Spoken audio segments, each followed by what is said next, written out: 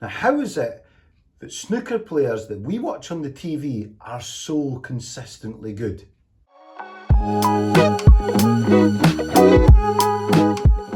So the key things that I look for here at the snooker shed that make my game just that bit better is one, the grip. I need to make sure that my hand is slightly twisted. So I know if I hold my cue in a certain way, when I get down to the shot, my wrist will twist, which then allows my grip hand to be very loose. If I've got a loose grip, the chances are my cueing is much straighter. The other thing that I've found that's really important to me at the snooker shed is when I'm delivering the cue, I must have my eyes focused on the contact point of the object ball. If my eyes deflect or look elsewhere, I normally miss. So part of my pre-shot routine is when I'm down and after the feathers, when I pull the cue back, that's when I'm staring at the object ball. So when I do deliver, my eyes are already there. And the other thing at the snooker shed is the aim check. How many times have you got down the table and you know you're not going to pot that ball, but you still stay down and you still deliver? You'll do things like, okay, I'll move on the shot, or I'll add a bit of side, and the deflection will help pot the ball. Well, the checking system that I've got, hopefully in my game, helps me either get back up or stay down and deliver. And it's really simple. When you get down, you just stop and you check the aim before you do anything else.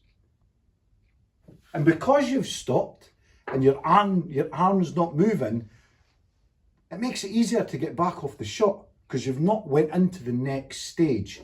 And here's another great one that you can add to your pre-shot routine. And I think this one helps the snooker shed focus. It helps me focus on the game. And it's really simple.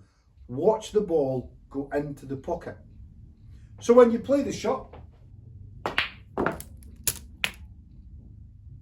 stay down and watch it go in. There are so many benefits of staying down in the shot and watching the path of the object ball, then the path of the cue ball. But in this case, it focuses your eyes onto that spot on the table, and the rest of the world starts to fade away. And if you continue to do that, your brain then focuses in on the table, helps with your concentration, and of course, your consistency. Consistency breeds consistency. And built into those checks of that pre-shot routine, what you'll find is you'll start to see that I cued it wrong. So I need to change my technique and grip.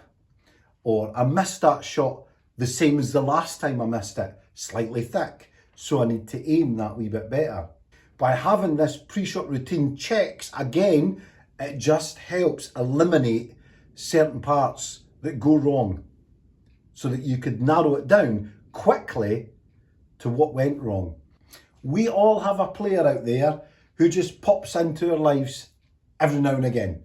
He chooses, or she chooses, when to come along. We have no control on this.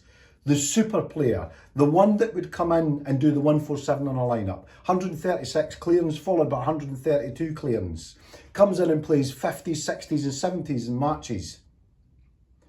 But we're not in control of that person. They come and go as they please. So when I really need the super player to come in and take that pressure pot so that I could win a frame, or take that pressure pot to get a decent break, they just disappear. They don't come in. And I searched through the catalogue of my videos looking for how my technique was on the days that I played my very best. And I couldn't find anything that was that consistent. So I decided to take back control. And how have I done that? Well, I've built myself a pre-shot routine, a technique that works, that if you follow the steps, you will get better. It isn't from the sky, just plucked out and said, yeah, I feel like I want to play like this today. It is consistent. And therefore, I will learn to get good at it Just like you learn to get good at playing a black off the spot, I will teach myself how to get good at my pre-shot routine.